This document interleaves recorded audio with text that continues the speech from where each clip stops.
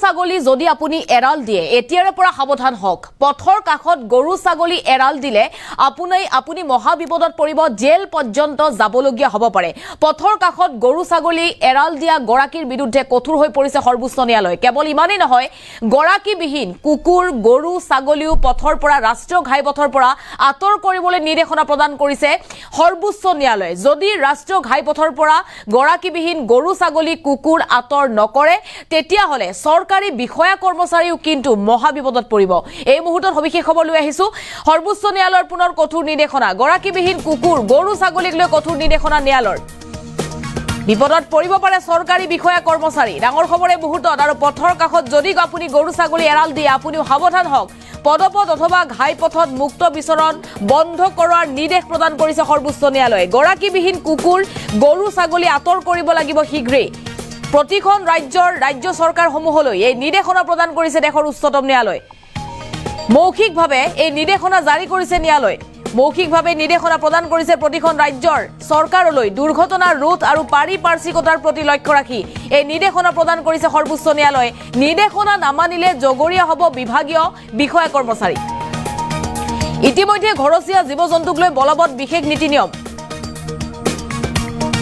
পোহনীয়া জীৱ-জন্তুক ৰাষ্ট্ৰীয় ঘাইপথত উলিয়ালে বা ৰাজপথত উলিয়ালে হ'ব পাৰে জেল গৰাকীক জৰিমনাৰ লগতে বিহা হ'ব কঠোৰ শাস্তি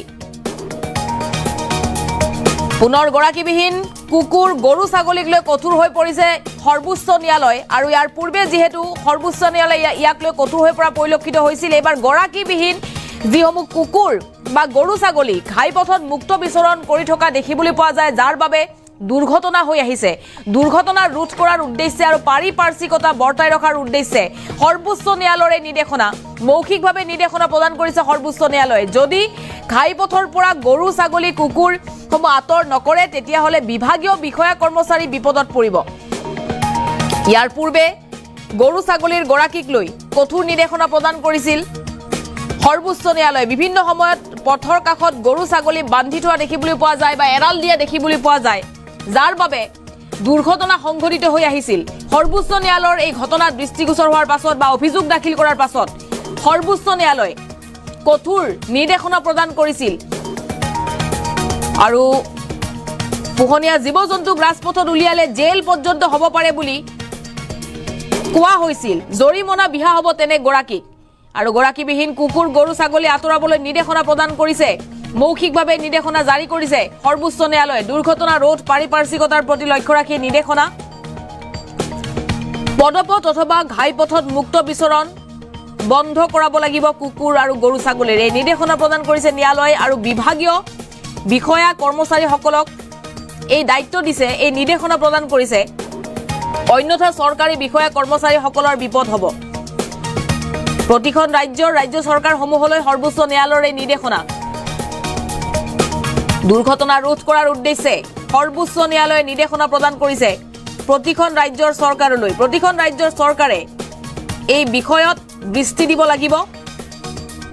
প্ৰতিখন ৰাজ্যৰ চৰকাৰক যাৰ বাবে নিৰ্দেশনা প্ৰদান কৰিছে সৰ্বোচ্চ ন্যায়ালয়ে দুৰ্ঘটনা ৰোধ কৰাৰ বাবে সৰ্বোচ্চ ন্যায়ালয়ৰ আন এক কঠোৰ পদক্ষেপ ইয়াৰ পূৰ্বে গৰু ছাগলীৰ গৰাকীক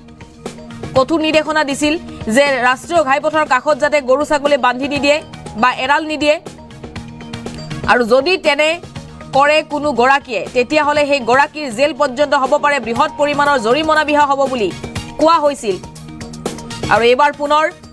কঠোৰ হৈ পৰিছে সৰ্বোচ্চ ন্যায়ালয় বিভাগীয় কৰ্মচাৰীসকল বিপদত পৰিব যদি এই নিৰ্দেশনা অমান্য কৰে তেতিয়া হলে